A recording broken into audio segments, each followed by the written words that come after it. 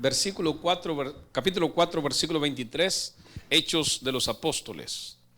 Ya estamos en el capítulo, bueno, vamos a terminar el capítulo 4, ya solo nos va quedando esto que es desde el 23 al 37, y ya iniciamos pues con el siguiente capítulo. No se los pierda, hermanos, seguimos todavía con el estudio, muy bonito, muy interesante. Ya llevamos varios tiempos en Hechos de los Apóstoles, no hemos avanzado mucho. Pero gracias a Dios creo que son 30 capítulos, ¿verdad? Vamos a ver, son 27, 28. Son 28 capítulos. Así es que nos falta 24 capítulos más para terminar. Pero ahí estamos, hermanos, estudiando poco a poco. Usted ya tiene la base, ya inició, ya sabe bastante.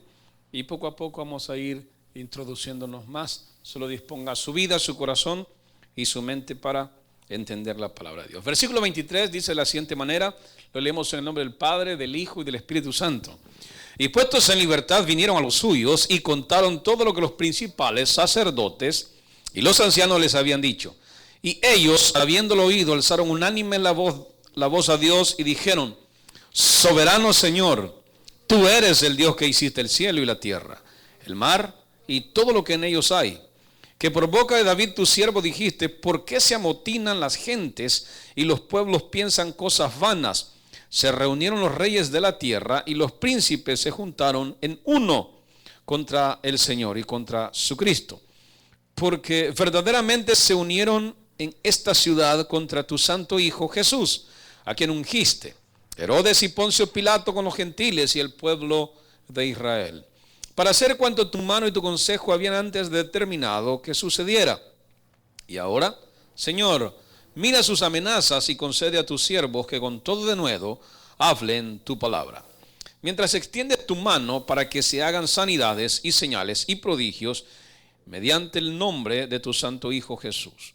Cuando hubieron orado, el lugar en que estaban congregados tembló y todos fueron llenos del Espíritu Santo y hablaban con denuedo la palabra de Dios. Oramos. Bendito Dios, en ti confiamos, y así como ellos fueron llenos del Espíritu Santo para hablar con denuedo la palabra, te pedimos, Dios, que también cuando nos vayamos de aquí salgamos renovados, transformados, Señor, y restaurados, para que así, Padre, a través del nuevo nacimiento podamos también nosotros hablar tu palabra, predicar tu evangelio sin miedo, sino con denuedo.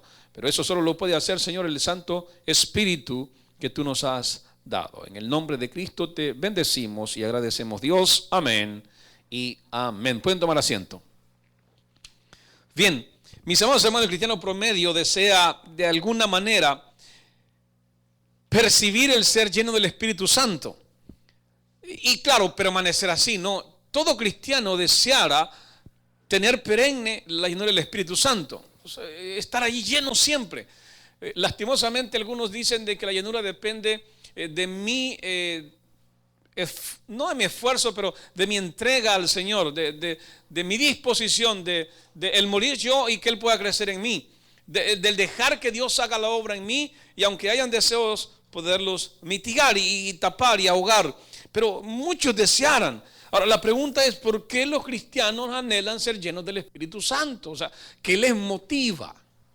¿Qué me motiva a mí el ser lleno del Espíritu Santo? ¿Por qué la gente, por qué los cristianos quieren ser llenos del Espíritu Santo? O sea, ¿qué quieren del Espíritu? Primero determinar qué queremos del Espíritu. ¿Qué quiero yo del Espíritu? Este tema es llenos otra vez del Espíritu Santo. O sea, volvieron a ser llenos. Ya fueron llenos en el capítulo 2. Pedro estuvo lleno del Espíritu cuando hablaba con denuedo. Pero aquí una vez más, en el último versículo que leímos, el 31, otra vez ellos son llenos del Espíritu Santo. Ahora, ¿qué les motiva a los cristianos promedios de hoy el hecho de buscar el ser lleno del Espíritu Santo? O sea, ¿qué me motiva? ¿Qué le motiva a usted? ¿Usted desea ser lleno del Espíritu Santo? ¿O usted está bien como está? Porque la gente, porque los cristianos hablan mucho del Espíritu Santo, han hecho una teología del Espíritu Santo para poder, de alguna manera, entre tanto mencionarlo, tener lo que el Espíritu Santo da. Y han valorado de esta manera el ser lleno del Espíritu Santo, es hacer milagros. ¿Sí? Entonces ellos dicen, no, tener milagros. Mientras estés lleno del Espíritu Santo, hay milagros. Milagros como que Pablo le muerde una serpiente y no pasa nada. Milagros de esa categoría. Milagros que de alguna manera usted los puede ver, son librados de la cárcel. Las cárceles se abren y ellos solamente salen, no pasa nada. Hay un naufragio, no les pasa nada. Entonces quieren milagros, ¿no? Quieren ver milagros. O también quieren ser llenos del Espíritu Santo para obrar sanidades. Y hacer sanidades, que los cojos caminan, los paralíticos se levantan. Y ahora pues usted lo puede trasladar a esta época y la gente quiere tener ese poder. Y lo ven que el Espíritu Santo sigue dando ese poder y lo buscan. O más bien lo buscamos. Yo no sé si usted lo busca, pero buscamos no tener de alguna manera. Dice, venga hermano, ore por un enfermo. Yo sé que usted ya rápido en su mente está pensando, primeramente Dios, que cuando ore esa persona se sane. Y que así puedan glorificar a Dios. No usted, sino a Dios. Entonces, pero no pasa nada, ¿no? Mayormente entre nosotros no pasa nada, no hay no estoy diciendo que no hay fe, sino es de que no sucede tan a menudo y no está la búsqueda esa, ¿no? De que el Espíritu, nosotros no lo tenemos, pero sin embargo la gente lo sigue buscando. ¿Por qué más buscan la llenura del Espíritu Santo? Por los dones, ¿cierto? Busca los dones, el discernimiento de espíritus, amén, tener fe, ¿sí? La palabra de sabiduría, ¿no? Al momento, aquellos que son consejeros, entonces necesitan la palabra consejería. Y así estamos, interpretación de diferentes géneros de lengua. Entonces andamos buscan al Espíritu Santo. ¿Por qué? Porque el Espíritu Santo viene con algo supuestamente. ¿Y qué trae? Dones. Entonces ya vimos, trae milagros, sanidades, dones, pero también señales, ¿no? Queremos hacer señales con el Espíritu Santo y algunos por ahí andan diciendo que estire la mano que le va a caer oro en las manos. Mire, es ridículo, pero esta gente que pretende estar llena del Espíritu Santo, dijo uno, miraba un video ayer, yo no sé si usted lo ha mirado, que dice que el pecado de Adán y Eva en el Edén fue que robaron el diezmo. Ese es el pecado de Adán y Eva. Y le dice, mire, y le explica, hermano, y los hermanos bien contentos, que Adán y Eva pecaron porque se robaron el diezmo. Eso ya son inventos, hermano. Pero este tipo está tan lleno del Espíritu Santo, según él, que puede tener revelación fresca, que la gente hasta el día de ahora no ha tenido.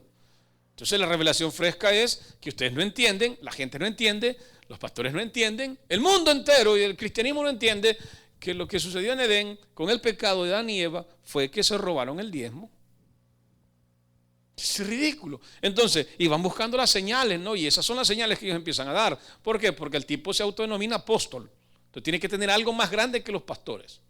Y caen en esas cuestiones, porque buscan la llenura del Espíritu Santo. Tener poder. O sea, el Espíritu Santo da poder, ¿sí o no? Da autoridad. Entonces la gente busca poder y autoridad. Entre más lleno del Espíritu Santo está, más poder le dan. Por ejemplo, Pedro estaba lleno del Espíritu Santo y él terminó siendo uno de los pilares de la iglesia de Jerusalén. Entonces la gente busca poder, busca autoridad, busca posición. Pero también puede ser tener un lugar privilegiado, ¿no? Pero eso es para llenar mi ego, lo más profundo de mí. Entonces, cualquiera que sea la situación, yo solamente le abro el panorama, yo le abro su mente un poquito, por si alguna vez ha deseado usted buscar la llenura del Espíritu Santo, o alguna vez pues ha tenido una plática, una conversación con alguien, y usted de esa manera va a poder ahora saber qué es lo que busca la gente en su manera de hablar y lo que él quiere o ella quiere mostrarle al mundo. Entonces, usted va a saber por qué lo hace, porque los cristianos anhelan ser llenos del Espíritu Santo. ¿Por qué? Yo no sé si usted quiere ser lleno del Espíritu Santo. Ahora la pregunta sería, ¿para qué? ¿Para qué quiero ser lleno del Espíritu Santo? La otra pregunta sería entonces, ¿conocemos al Espíritu Santo? Amén. Entonces, vamos a ver en el transcurso que para que otra vez, qué es lo que hace el Espíritu Santo cuando viene y llena al creyente. O sea, cuál es su obra. Se recuerda que hablamos de la obra del Espíritu Santo hace varias semanas, en el año pasado. Hablamos de la obra del Espíritu Santo y básicamente el Espíritu Santo, su obra es traer al mundo entero hacia Cristo. O sea, el trabajo del Espíritu es ese, no hay otro. El Espíritu Santo no se vino a mostrar que Él es el Espíritu, que Él tiene poder, que Él es Dios. No. El Espíritu Santo vino a convencer a la gente de pecado, justicia y juicio y traerlas a Cristo. Les viene a revelar la necesidad que tienen de Jesús y los conduce a Jesús. Eso es el Espíritu Santo, no hace más.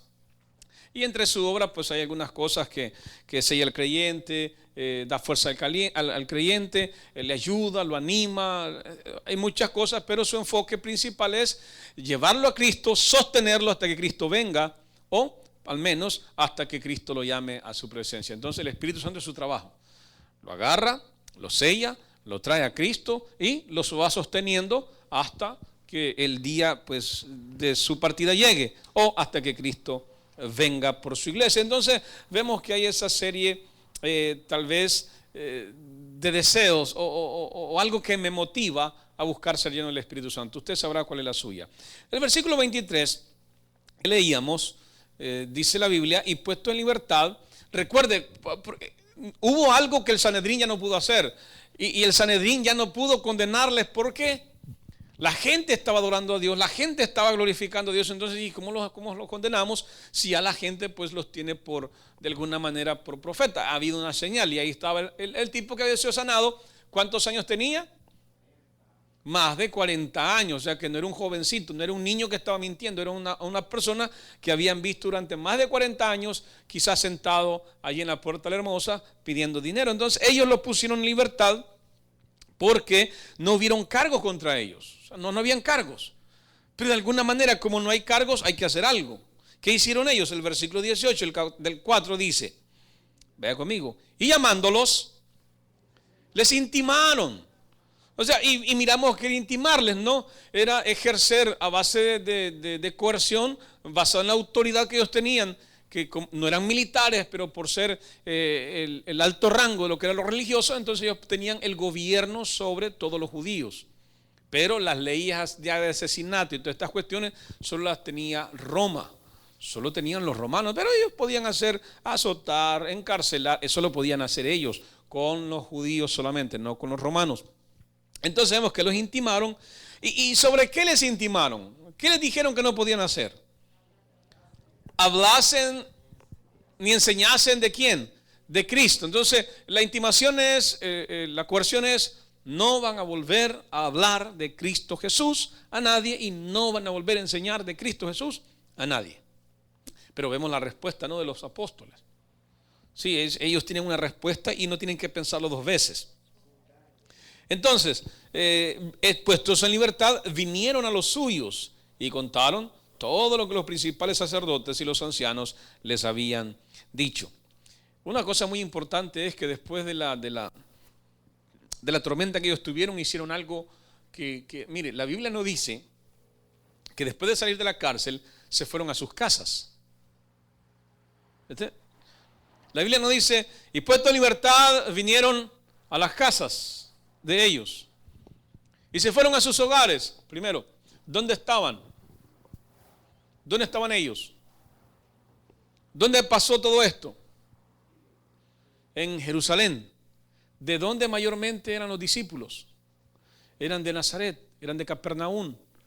Entonces, hermano, está pasando, ellos no tienen hogares ahí. Entonces, ¿a dónde fueron? Fueron al lugar de reunión. ¿A dónde se reunían? ¿Quién se acuerda dónde se reunían? Se reunían en algún lugar, estaban allí, porque dice, salieron y se fueron directamente a los suyos. Se fueron a la iglesia. ¿Dónde estaba la iglesia? La iglesia estaba en un lugar. ¿Dónde estaba la iglesia? ¿Quién se acuerda? Primeros capítulos de Hechos. La iglesia estaba en un lugar. El capítulo 1 dice que estaban en el aposento alto. No pudo haber habido otro lugar, sino que tendría que ser el aposento alto, el lugar de reunión donde ellos mayormente estaban. Posiblemente. Entonces volvieron a los suyos, posiblemente, una vez más, regresan al aposento alto. ¿A qué? ¿A qué van a regresar al aposento alto? Veamos lo que van a hacer. A contar todo lo que los principales sacerdotes y los ancianos les habían dicho. ¿Qué les habían dicho? Bueno, les habían dicho que no podían hablar de Jesús. Pero no solo eso, también les amenazaron.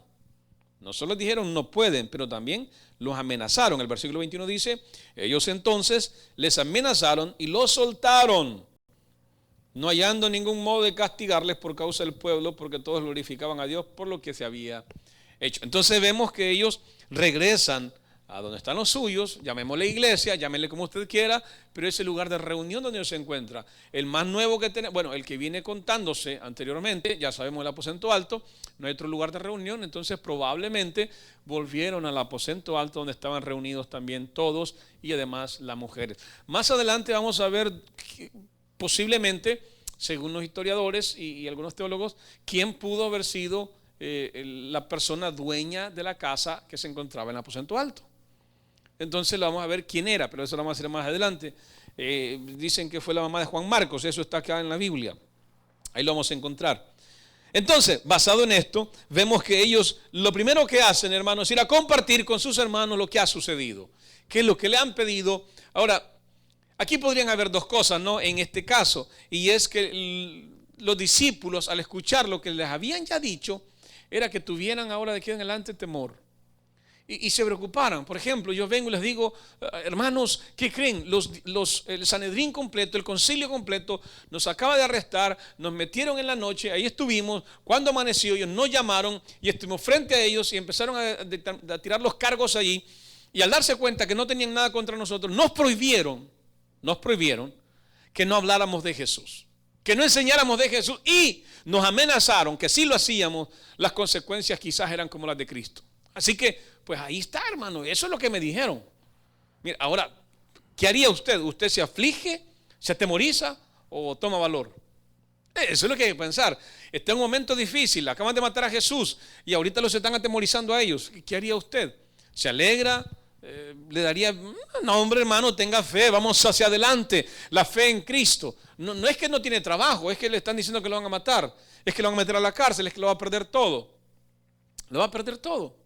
Mire, miraba la noticia, hermano, San Luis La Herradura en El Salvador, les dieron toque de queda a las otras pandillas, así que están saliendo de sus casas y están dejando todo, lo poco que tienen, lo están dejando para preservar la vida. Hermano, cuando nosotros hablamos, viene la persecución, usted tiene que dejarlo todo. ¿Qué es lo que tiene todo? Lo poco que tiene, al final no es de aquí. Ellos entienden allá, ¿qué es más importante, la vida o las posesiones? Y se van llorando y dice, ni modo, pero hay que volver a empezar, es duro, pero hay que volver a empezar, hay que irse. Nosotros tenemos una esperanza más grande. Si podemos dejar todo, en este caso ellos lo entienden, si dejan todo, si lo pierden todo, pierden la familia, los hijos, todo lo que tienen, hay una esperanza mayor. Preservan la vida, no aquí en la tierra, aquí la pierde, pero la preserva en los cielos. Y eso es lo que dijo Jesucristo. El que gane su vida aquí en la tierra, la va a perder. Y el que pierde la vida por causa del evangelio va a tener para vida eterna. Entonces la va a salvar. ¿Entiende cómo es? No es una contradicción, pero entendemos cómo Dios obra hablando a las personas de la necesidad que tienen de Él, no del mundo, porque el mundo no es nuestro, el mundo es de Él y el mundo lo va a dar para nosotros. Entonces vemos que los discípulos no se atemorizaron, sino que se llenaron de valor. Se llenaron de valor. Vea lo que dice el 24. Y ellos, habiéndolo oído, alzaron unánimes la voz a Dios y dijeron. ¿Se imagina, hermano? Les dan una mala noticia y ellos lo primero que hacen es, hermano, en cualquier dificultad o necesidad, ¿qué debe hacer el hombre? ¿Qué hicieron ellos? Mira lo que dice el 24. Y ellos, habiéndolo oído, alzaron unánimes la voz. Amén. Y dijeron, ¿cómo dijeron? Soberano Señor, tú eres el Dios que hiciste el cielo y la tierra, el mar y todo lo que en ellos hay. Entonces, reconocer primero, todo lo que hay es de Dios. Y si perdemos la vida, al final es de Él, hombre. Si Él hizo los cielos y la tierra, no hay ningún problema, no nos perdió nada. Entonces, soberano. Hablar de la soberanía de Dios, tenemos que hablar de su carácter. Y Números 23:19, vaya conmigo, Números 23:19, dice de la siguiente manera. ¿Cuál es la esperanza de ellos? ¿Por qué ellos pueden gritar? Hermano, recuerde que alzar la voz es gritar. Ellos gritan y dicen, soberano. Entonces ellos gritan, soberano Señor. ¿Pero por qué? Porque hay una esperanza en ellos. ¿Cuál es la esperanza? Vea lo que dice el capítulo 23:19 de Números. Esa es la esperanza que ellos tienen. Si mueren o se quedan, no importa.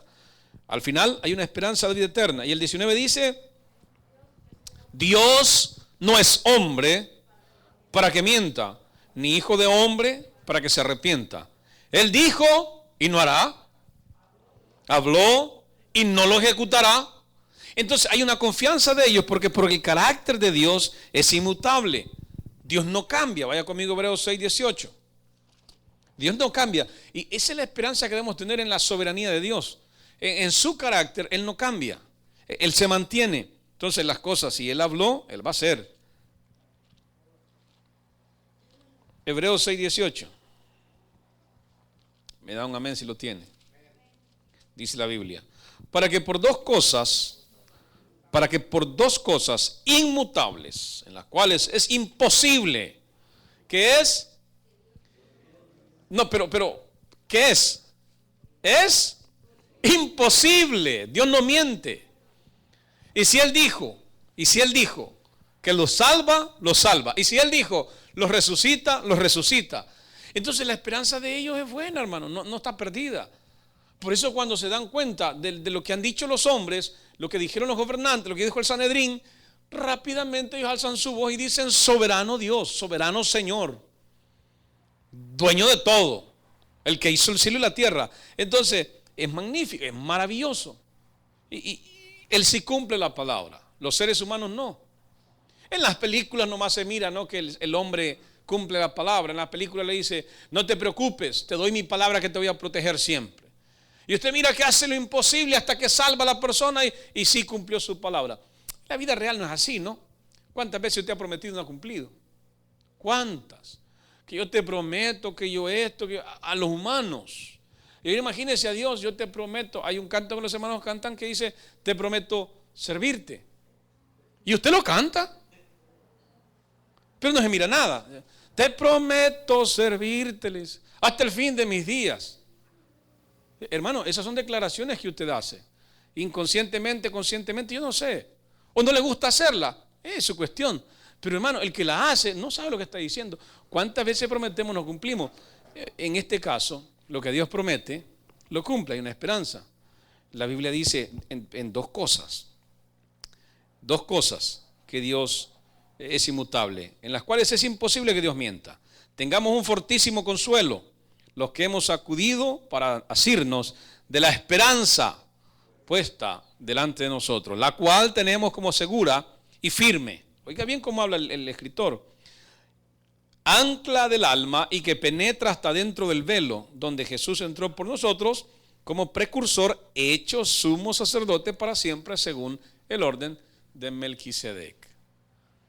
Lindo, ¿no? Entonces vemos que en el carácter de Dios, Él no miente y lo que ha prometido, Él lo va a hacer. También algo maravilloso, hermano, es que Dios no puede ser tentado por el mal. Y eso a nosotros nos tiene que dar seguridad. Santiago 1:13. Pasen las páginas hacia el frente. En su soberanía, en lo que Dios es soberano, Él no puede ser tentado por el mal. 1:13.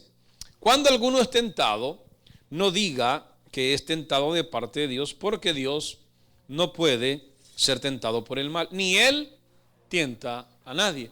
O sea que a Dios no le llegan pensamientos malos. Pues le voy a poner un ejemplo. Cuando usted ayuda a una persona y usted ve que esa persona va avanzando, entonces a usted le viene y usted es tentado con pensamientos malos y nosotros sí cedemos y nosotros sí caemos, entonces empezamos a tener conflictos con las personas. Dios no tiene ningún problema. Por ejemplo, Él llama a un ministro. La Biblia dice en Hebreos que Él llama a sus ministros llamas de fuego. Entonces viene un ministro, lo pone allí. Este ministro no era nadie, andaba borrachito, andaba perdido, pero hoy que Dios lo llamó, ahora es una persona, ahora alguien ya le toma aprecio, lo entiende, sabe y le reconoce lo que ahora, cómo le precede en lo que es el ministerio. Entonces esta persona empieza a crecer, empieza a salir adelante, Dios le va dando mucho y al final se enorgullece, se vanagloria y cree que todo es por él. Entonces Dios no es tentado por el mal diciendo, ve, este me está robando toda la gloria que yo me merezco, hoy lo mato. No, Dios no está en ese negocio. Dios no es tentado por el mal. Entonces lo que Él promete, Él lo cumple y esa es la esperanza que todos tenemos. Que aun que usted, como dice la Escritura, que aun siendo pecadores, Cristo murió por nosotros, entonces aun usted con sus impurezas, con sus faltas, Dios todavía no lo extermina, Dios todavía no me mata. sino que me sostiene. ¿Por qué? Porque Él es soberano, porque ya decidió salvarme, porque Él me dio la vida eterna. Y en el camino yo me he vanagloriado y ahora yo creo que yo solito voy a llegar al cielo quizás. Entonces Él en su amor todavía se sostiene, porque como no es tentado por el mal, no tiene malos pensamientos. Él no piensa mal. Ya ves que nosotros, hermano, hay un dicho que dice, el que las usa, las entiende, ¿no? ¿Cómo es que dice? El que las usa, se las imagina. Amén. Entonces el problema es nosotros, hermano, las cosas no han pasado y nosotros ¿qué estamos? Yo creo que ese hermano anda en pecado. Yo me imagino que esto y esto está pasando. No, yo sé. Y a veces aseguramos, ¿no? El problema del hombre es que como es tentado por el mal, piensa que todos andamos igual. Y puede ser, no estoy diciendo que no. Pero en el caso que nosotros nos imaginamos cómo se están dando las cosas. Ya hasta lo hacemos, hermano. Mire, abrió la puerta, cerró. Ya. Entonces nosotros lo hacemos en la mente, imaginaciones. Dios no tiene ese problema. Dios no tiene eso, Dios no tiene malos pensamientos, Dios no piensa de esa manera. Entonces ese es un beneficio que tenemos. 1 Corintios 10:13. 1 Corintios 10:13. Dice la Biblia: no os ha sobrevenido ninguna tentación que no sea humana. ¿Ya lo encontró? 1 Corintios 10:13. Lo que sí en su soberanía Dios hace en nosotros, ¿qué es? Nos da la fuerza por su poder ilimitado para resistir lo que dice aquí. No os ha sobrevenido ninguna tentación que no sea humana, pero fiel es Dios, que no os dejará ser tentados más de lo que podéis resistir, sino que dará también juntamente con la tentación la salida para que podáis soportar. Mire, Él no es tentado por el mal, pero Él nos ayuda cuando somos tentados por el mal. Él ayuda a que podamos resistir y Él nos ayuda a salir también. Ese es el poder que Dios tiene. Entonces, ¿cómo no iban a confiar los apóstoles y gritar a gran voz diciendo: soberano Señor, tú que hiciste los cielos y la tierra? Porque entienden, al decir soberano, entiende perfectamente quién es Dios. Ahora, si Dios dijo que me va a salvar o no me va a salvar, se va a enojar conmigo, me va a condenar, o porque peco me va a mandar al infierno. ¿Qué hace Dios? Vaya conmigo a Malaquías 3:6. Malaquías capítulo 3 versículo 6. ¿Acaso este Dios soberano puede negarse a sí mismo? Malaquías 3:6. ¿Puede contradecirse? Veamos lo que dice la Biblia. Malaquías 3:6. Porque yo, Jehová, no cambio, por esto, hijos de Jacob, no habéis sido consumidos. Entonces es maravilloso, hermano, porque Dios no se contradice. Él no se está contradiciendo. Dice: por su misericordia, porque Él es misericordioso, todavía no hemos sido consumidos, porque Él no cambia. Y como Él no cambia en su soberanía, eso es lo bueno de ser soberano. Nosotros no somos soberanos, Él es soberano. Entonces Él no cambia, Él no se contradice. Él lo que ha dicho lo va a hacer. Él dice que lo salva. Dice: si permanecéis en mí y mis palabras permanecen en vosotros, entonces usted tiene que seguir confiando en Él, su esperanza en Él. Pedir todo: Señor, estoy en la cárcel, líbrame de la cárcel. Señor, estoy a punto de morir, sácame de este problema. Y dice, Él va a estar allí. Y al final su esperanza es Cristo. Señor, si tú hiciste todo, pues yo en ti confío, pase lo que pase, yo voy contigo. Yo sé que me vas a levantar, de la tumba me vas a levantar. Entonces, confiamos en Dios. Romanos 11:29. Como Él no se contradice, Él tampoco cambia. Y como no cambia, nos dice Romanos 11:29, porque irrevocables son los dones y el llamamiento de Dios. ¿Sí? Entonces ve, Jesucristo dice: miren, no se preocupen, yo soy un Dios soberano y en mi soberanía yo no cambio, porque yo primero no puedo hacer nada que vaya en contra de mí, porque yo soy soberano, porque mi carácter, dice, además no puedo ser tentado por el mal y también no me puedo contradecir, y si ya están las cosas dichas, así va a ser. No hay cambio. Se parece, usted ha oído los medo-persas cuando decían ley de Media y de Persia. Si ya estaba sellado, ya nadie la podía abrogar, ni el mismo rey. Tenían que ir a un concilio nuevamente y estar luchando hasta que lo quitaran, si al fin y al cabo. Pero ya estaba puesto el sello, no se podía revocar.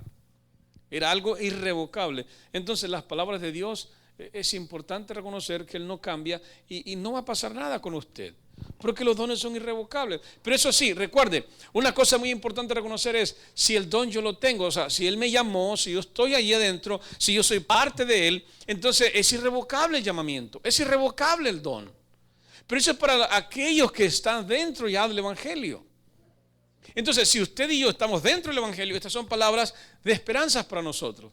Pero si no estamos dentro del Evangelio, también son esperanzas para nosotros, porque mientras se dice hoy, no endurezcamos nuestros corazones, como en el día de la provocación en el desierto, sino que acerquémonos, o sea, al monte del perdón, ahí donde está Dios todavía esperando. Entonces, todavía es tiempo, sea para ambos, para aquellos que todavía están en vida y no se han arrepentido, y como aquellos que ya estamos dentro, tenemos la esperanza de que Dios no nos va a abandonar, Y por supuesto, hermano, una más, que en su soberanía son muchas cosas, pero solo esto quiero tocar, que Dios hace es, Dios no forza a nadie a que le ame. Vaya conmigo a Juan, capítulo 1, versículo 11. Dios no lo va a forzar a usted que usted lo ame.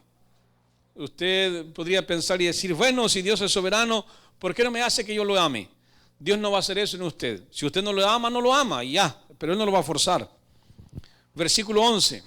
Él no está trabajando con la gente y dice, ahora me vas a amar y vas a demostrar al mundo entero que tú me amas, porque yo te escogí. No es tanto así. Dios no está en ese negocio. Dios no lo va a forzar a usted para que lo busque. Ya que ahí, Señor, agárrame a la fuerza y llévame a la fuerza. Dios no va a hacer eso, hermano. Eso no lo va a hacer Dios. Vea lo que dice el 11. A los suyos vino.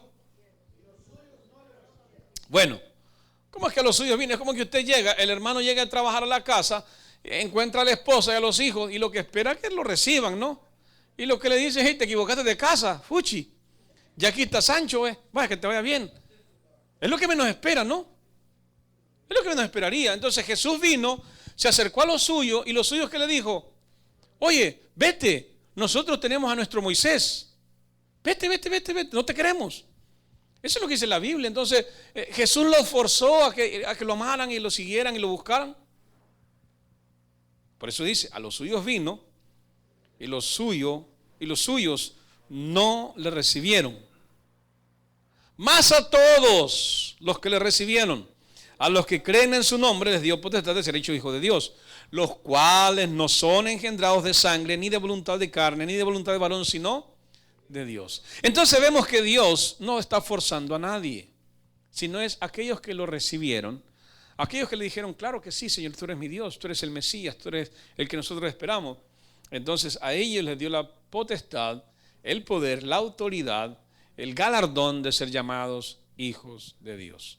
Entonces vemos que en la soberanía de Dios tampoco Él lo va a forzar a usted a que lo ame. Es decir, si usted viene a la iglesia con un corazón frío, un corazón apagado, un corazón muerto, un corazón que no siente vida, un corazón duro, que conoce a Dios, que entiende quién es Dios, que sabe que Dios está en el cielo, pero también usted puede pensar que Dios está tan lejos que nunca va a llegar a la par suya.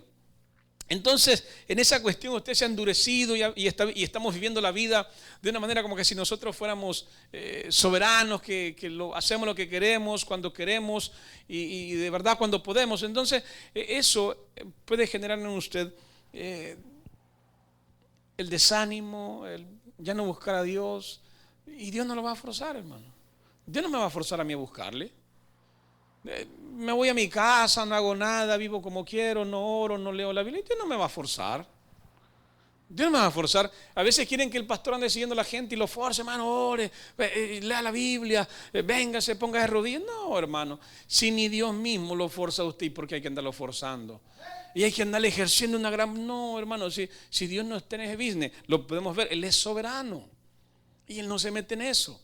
Él no anda buscando. Si a los suyos vino y no lo recibieron, ¿cuánto más nosotros, hermanos? ¿Cuánto más nosotros que no nacimos en Él, sino que nacimos en otro mundo, en otra vida, y que algunos grandes hemos conocido a Jesús? Ellos no, ellos nacieron con la ley en las manos, se puede decir.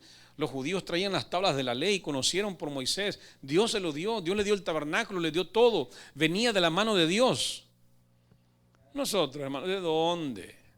Entonces ahí puede usted ir viendo del hecho que Dios no nos va a forzar para amarle, ni de recibirlo. No, Él no nos forza. Él pone la fe en aquellos y usted pues muy obediente, obedece la voz de Dios. Porque mis ovejas oyen mi voz y yo las conozco. Entonces, entiende cómo funciona la soberanía y ellos dicen rápido, basado en esto, que ellos entienden perfectamente que nadie puede amar a Dios por fuerza, sino que yo dispongo a amarle. Entonces dicen ellos rápidamente, como dice el versículo 24, soberano Señor, tú eres el Dios que hiciste el cielo y la tierra, el mar y todo lo que en ellos hay, que por la boca de David tu siervo dijiste, ¿por qué se amotinan las gentes? ¿Por qué se amotinan las gentes y los pueblos piensan cosas vanas? Se reunieron los reyes de la tierra y los príncipes se juntaron en uno contra el Señor y contra su Cristo. En el Salmo 2 están estas palabras, vaya conmigo, Salmo 2. Encuentra esas palabras. Versículo 1 y 2. Dice, ¿por qué se amotinan las gentes y los pueblos piensan cosas vanas? Se levantarán los reyes de la tierra y príncipes consultarán unidos contra Jehová y contra su ungido, diciendo, rompamos sus ligaduras y echemos de nosotros sus cuerdas. Si usted se fija, lo que los discípulos están haciendo al reconocer lo que está aconteciendo en ese momento, que están amenazando a los apóstoles y a ellos mismos, entonces reconocen que el Salmo 2, en los primeros versículos, tiene cumplimiento. ¿Está viendo cómo están haciendo ellos? Ellos están diciendo, bueno, basado en lo que estamos viendo, en nuestro contexto, en lo que ustedes nos han contado, en lo que estamos viendo, esto significa que el Salmo 2 se está cumpliendo aquí y ahora. Eso es lo que están diciendo ellos. El cumplimiento de los tiempos es aquí. El Salmo de esa profecía de David se cumple hoy. Aquí se está cumpliendo. ¿Por qué? Se amotinan los pueblos amotinan las gentes y los pueblos piensan cosas vanas, se unieron los reyes de la tierra y los príncipes se juntaron en uno. El versículo 1 es lo que está en Salmos. El versículo 26 es como ellos lo asocian, ¿sí? Se juntaron las gentes, pensaron cosas vanas contra tu Cristo, contra tu ungido. Entonces dice ellos, ¿cómo fue esto? Dicen ellos. Bueno, fue sencillo. Se reunieron los reyes de la tierra. ¿Quiénes? Herodes, Poncio Pilato. Pero no solo ellos, también dice los gentiles. Y además, el mismo pueblo de Dios. Porque los suyos vino y los suyos no lo recibieron. Entonces, todos ellos se juntaron. Y ahí dice, así es que se cumple el Salmo 2. Ahora estamos entendiendo. El Salmo 2 se está cumpliendo hoy en este tiempo y lo estamos viviendo. Entonces el cumplimiento de los tiempos. Le decía a un hermano, todas las profecías se cumplen en Jesús. Todas las profecías se cumplen en Cristo. Solo quedan nada más las profecías de la venida de Jesús.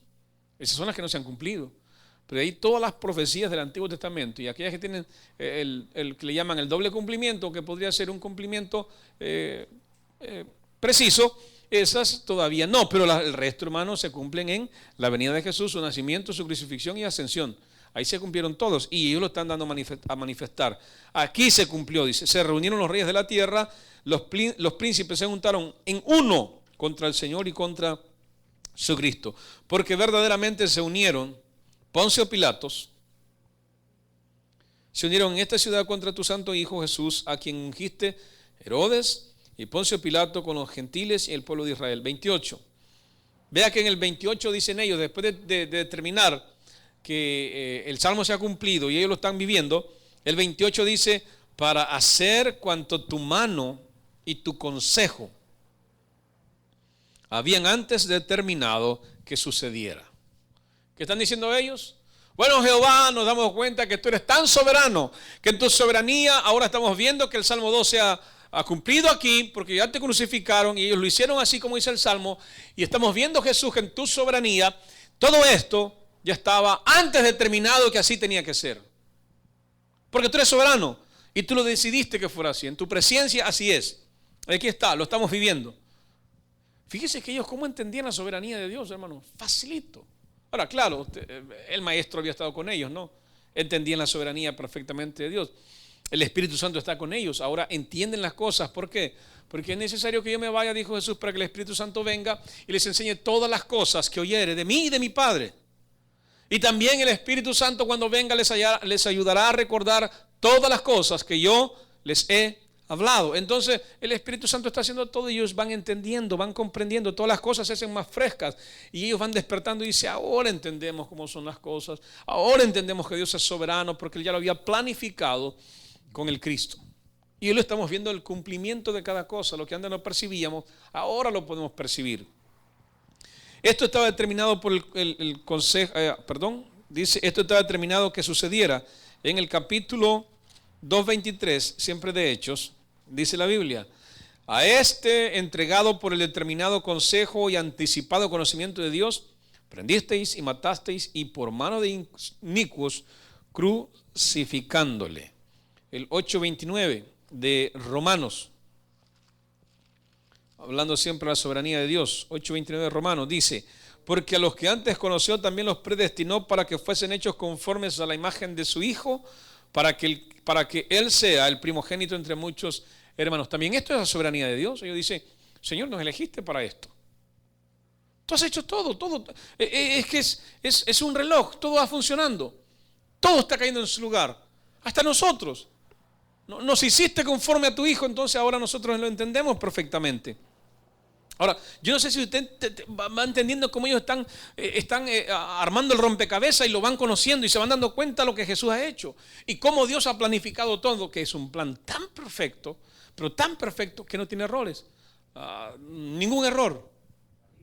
Entonces, el versículo 29 dice, y ahora, Señor, mira sus amenazas y concede a tus siervos que con todo denuedo hablen la palabra. ¿Cuáles son las peticiones que ellos están haciendo? Están pidiendo carro del año. Están pidiendo dinero para poder salir de viaje de allí, de Jerusalén, antes que lo vayan a matar. ¿Qué están pidiendo ellos?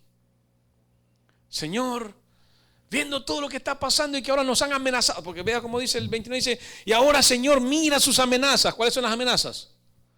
No hablen de Jesús, no enseñen de Jesús, porque si lo hacen, pues ya sabe lo que les corresponde. Mira sus amenazas, Jesús, y en esas amenazas concede a tus siervos. Porque la amenaza es no hablen. Entonces la petición es, con que nos dijeron que nos callemos la boca. Pues no, Jesús, te pedimos que ahorita nos des denuedo para hablar tu palabra. Valor. Nada de miedo. Cuando me pregunten que puedo encarar y si tengo que morir, muero. Pero no me dé miedo. Yo no quiero llegar ahí con miedo, ni temores. Entonces dicen ellos, para hablar con denuedo la palabra. 30. Mientras extiendes tu mano para que se hagan sanidades y señales y prodigios mediante el nombre de tu santo Hijo Jesús. Ahora, el versículo 30 está diciendo así, mire. Ellos quieren hablar con denuedo la palabra. ¿Por qué? Mientras tú haces milagros, sanidades y te vas mostrando. ¿Por qué? ¿Qué hizo que se enojaran el Sanedrín? Lo que había hecho Pedro y Juan. ¿Qué hicieron Pedro y Juan? Mostraron un milagro de Dios, un milagro a través de Jesús, y fue que el que era cojo se levantó. Entonces dicen ellos, danos de nuevo para hablar, mientras tú vayas haciendo los milagros y todo, que nosotros no tengamos miedo para hablarlo. El 31 dice, cuando hubieron orado, después de todo lo que habían hablado, ¿qué hicieron? Orar. Así como usted y yo lo hacemos. Oraron. El lugar en que estaban congregados tembló. Y todos fueron llenos del Espíritu Santo. Y hablaban en otras lenguas. Fíjese que algo maravilloso es que se repite casi lo que pasó cuando hablaron en lenguas. Tembló. Aquí dice tembló y todos fueron llenos del Espíritu Santo, pero la llenura del Espíritu Santo, ¿qué era? Que hablaran con denuedo la palabra de Dios. Cuando el Espíritu Santo vino con lenguas nuevas a los discípulos, ¿para qué era? Para dar fe de lo que Jesús hacía, de la promesa de Cristo, para que también hablaran con denuedo la palabra de Dios, que fue lo primero que hizo Pedro.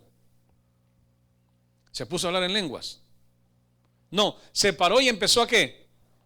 A hablar la palabra de Dios con denuedo. Y en la segunda vez volvió a ponerse de pie y habló con denuedo la palabra de Dios. Entonces ellos se dan cuenta que la cuestión se trata de hablar la palabra de Dios, predicar el evangelio, eso es todo. Eso es todo, y el apóstol Pablo lo dijo. Una cosa me propuse saber de ustedes nada más, porque yo ninguna cosa quiero saber, solamente a Cristo y crucificado. Y ese es el evangelio usted. Ese es el evangelio, Cristo, el Señor, crucificado en la cruz y ascendido. Entonces, yo solo eso quiero saber, y ahí no quiero saber nada de ustedes. Que le pegó, que doña Toña, que nada, yo no quiero saber, yo quiero saber de Cristo crucificado. ¿Cuántos de ustedes saben de Cristo crucificado? ¿Cuántos saben de Cristo crucificado? Esa es la pregunta. A ver, hablemos de Cristo y crucificado. Ese es el detalle. Entonces, ellos hablarán con de nuevo la palabra del Señor. Mis amados hermanos, vemos cómo ellos en este caso piden valor, piden confianza, piden valor, pero para predicar, para seguir enseñando, para seguir hablando de Jesús, porque lo que les han prohibido es eso. Entonces, la Biblia dice en el capítulo 13 de Romanos que nos sometamos a las leyes terrenales, ¿no? Y sométase a toda ley terrenal, pero cuando la ley terrenal no tiene nada que ver con la ley divina. Si la ley terrenal está en contra de la ley divina, usted no la tiene que obedecer. Ahí sí no, porque dijo el apóstol Pedro, pues decidan ustedes, pues díganme ustedes, ¿obedezco a los hombres antes que a Dios? ¿A quién debo obedecer? No, dice, yo voy a obedecer a Dios, a ustedes no. Entonces, muy ley puede ser de la tierra, pero si está en contra de Dios, ahí nos dividimos, ahí chocamos, ya no podemos trabajar. Ahí sí entonces yo la tengo que violar las leyes. Me convierto en un violador porque la ley está en contra de los principios divinos, en contra de los principios bíblicos. Por lo tanto, no puedo seguirlas cumpliendo. Pero solo en este caso, la ley que había en la tierra les dijo, no pueden hablar más del nombre de Jesús. Y ellos dijeron, no te vamos a obedecer. Oiga, pero Romanos 13, no te podemos obedecer porque hay un principio siempre mayor de lo que Cristo ha dejado. Y así vas a valorar todo. Es un principio mayor para poder dirigir la obra de Dios. Entonces, concluimos diciendo, ¿realmente estamos dando testimonio de Dios predicando la palabra? ¿Pedimos fuerzas a Dios y valor para predicar la palabra? Amén. Dos cosas nada más, damos testimonio predicando la palabra de Dios y pedimos fuerza a Dios para predicar la palabra, pedimos valor que nos dé. Señor, por ejemplo, usted dice, yo no sé evangelizar, a mí me da miedo hablar de Cristo. Yo no puedo hablar con las personas de Jesús, me da vergüenza. ¿Cómo puedo hacer? Entonces, le pide valor a usted, Señor, dame valor, fuerza, fortaleza para hablar de ti. No, porque me da miedo. Entonces, esas serían las preguntas que usted debe hacer. ¿Damos testimonio predicando la palabra de Dios? ¿Pedimos fuerza y valor para predicar la palabra de Dios? Tenemos que ver lo que ellos hicieron. Ahora, nuestra vida no está en peligro. No hay nada que nos esté atemorizando como a ellos. Nuestros problemas más que todo son cuestiones de conducta, cuestiones de medio ambiente, cuestiones de miedos, cuestiones de temores, cuestiones de problemas que usted ha tenido porque de alguna manera lo educaron de esa manera y hoy le da vergüenza. Y todavía le da vergüenza hablar de Jesús, aquel que le ha dado una nueva oportunidad, una segunda oportunidad. Tenemos miedo a hablar de Él. Así que mis hermanos, les dejo en sus manos lo que usted tiene que hacer. Piénselo bien. Damos testimonio predicando la palabra de Dios y si no, pedimos fuerza para poderlo hacer, pedimos valor para poderlo hacer. Eso está en sus manos. Ya que tengo oídos para oír, que hoy vamos a orar. Padre nuestro que estás en el cielo, te damos gracias. Bendecimos, Señor, tu nombre.